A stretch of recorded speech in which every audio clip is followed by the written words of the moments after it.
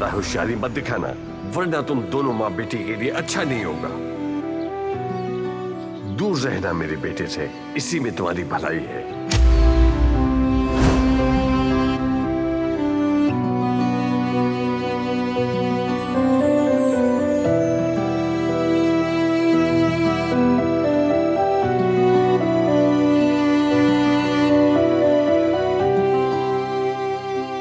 मत रो मेरी गुल, मैंने तुमसे इसलिए प्यार नहीं किया कि तुम रो।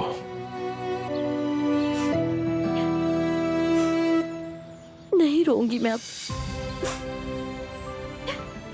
गुल, तुम क्यों रो रही हो? क्या तवक्को की थी?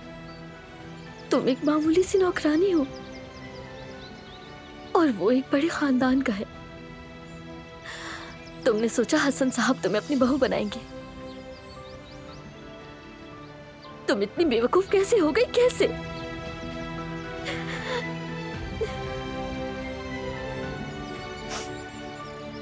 मत जाओ, उस पर मजीद दबाव मत डालो, उसे परेशान मत करो।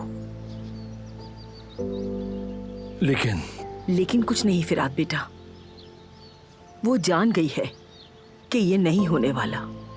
शायद उसने अफसोस किया, लेकिन आखिरकार उसने देख लिया वो मोहब्बत से जान छुड़ा चुकी है।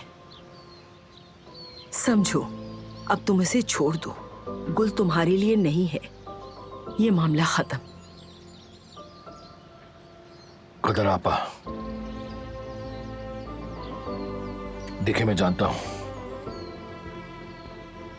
ये सब आसान नहीं, हमारा रास्ता मुश्किल है,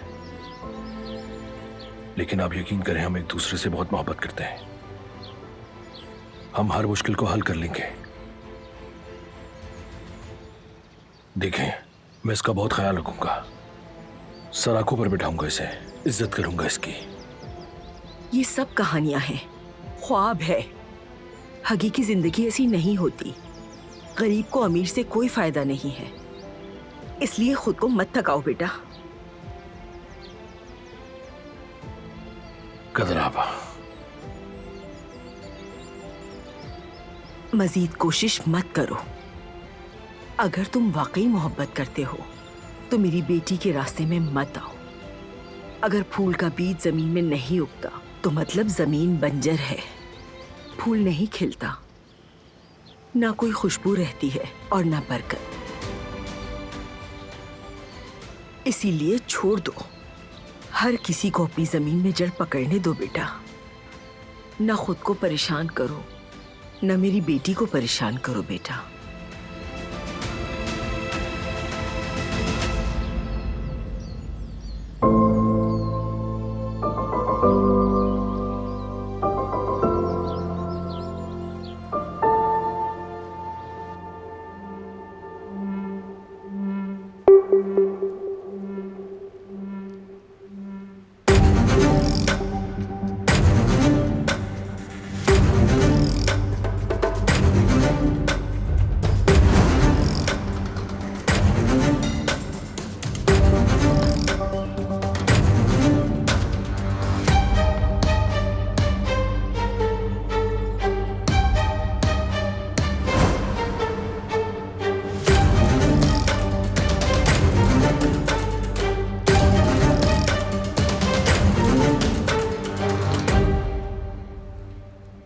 हेलो पिनार, मैं पागल होने वाली हूँ। अब मेरा दिमाग उलझ गया है। सब ठीक तो है ना? बारान और दिलान का कोई मसला है? हाँ, तो और क्या हो सकता है? बारान दिलान से मोहब्बत करता है या नहीं, मैं समझ ही नहीं पा रही। अब तक तो मुझे लगता था कि ये शादी जबरदस्ती की है पिनार। वो तो ठीक है, लेकिन तुमने कहा था ना वो लोग तलाक लेने वाले हैं, तो क्या हुआ उसका?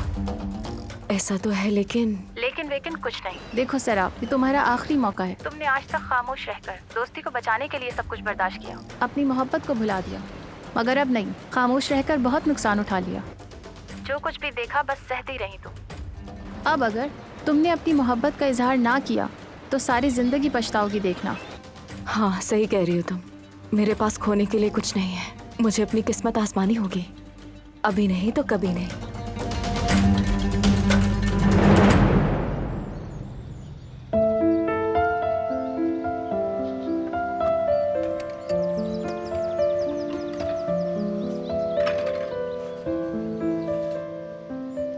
दिलान, बरहान साहब, मैंने आपके लिए कुछ बनाया है। चले आ जाएं, इंतजार न करवाएं।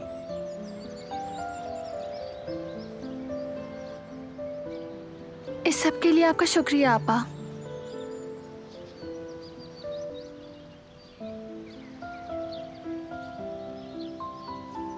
आइए। आपने जहमत की। आराम से खाइए। सच में आपका शुक्रिया आपा। कोई बात नहीं बेटा।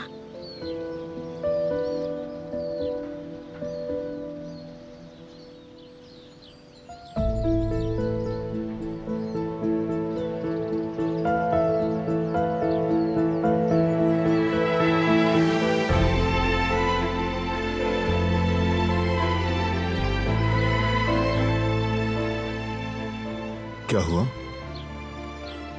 किन ख्यालों में खो गई? तुम्हें कैसे पता चला? तुम्हारी मुस्कुराहट बता देती है।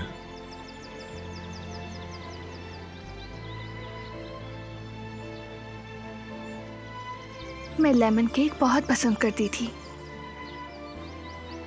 अम्मी इजाजत नहीं देती थी कि फिर तुम लोग खाना नहीं खाते। जमरुद मेरी प्लेट से केक लेने के लिए बहुत ज्यादा रोने लगती थी।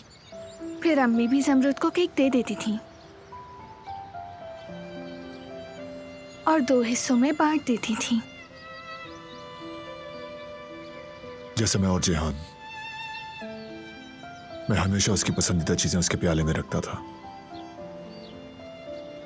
जवदेद भाई हमेशा मेरे लिए पिस्ते रखते थे। अम्मी उन्हें मना भी करती थी, लेकिन वो फिर भी मुझे पिस्ते देते थे।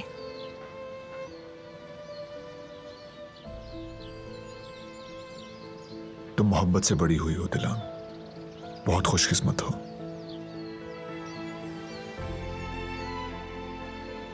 तुम्हारी तरह हर कोई ऐसी फैमिली में नहीं पलता पड़ता। ये बात तो है।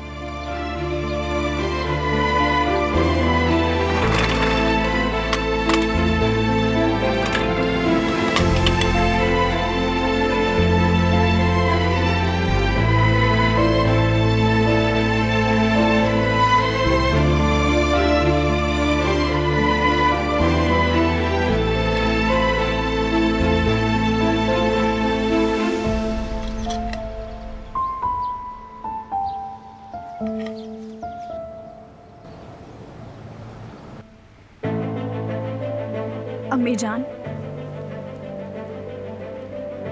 ये सब छोड़िए, मुझे आपसे जरूरी बात करनी है। बैठिए। खैरियत तो है बेटा? अम्मी, मैंने भागने का तरीका ढूंढ लिया है। क्या मतलब? क्या चल रहा है तुम्हारे दिमाग में? अम्मी देखें, आप एतराज नहीं करेंगी, ठीक है? नहीं बेटा, मैं एतराज नहीं करूंगी। एतराज करने का वक्त गुजर चुका है। अब बताओ मुझे। ठीक है, एक आदमी है जो भागने में हमारी मदद करेगा, लेकिन वो बहुत पैसे मांग रहा है। बहुत पैसे? लेकिन कितने? एक फर्द की कीमत 20,000। मेरी बेटी, क्या हो गया है तुम्हें? ये तो बहुत पैसे हैं। हम इतने सारे पैसे आखिर लाएंगे कहाँ से?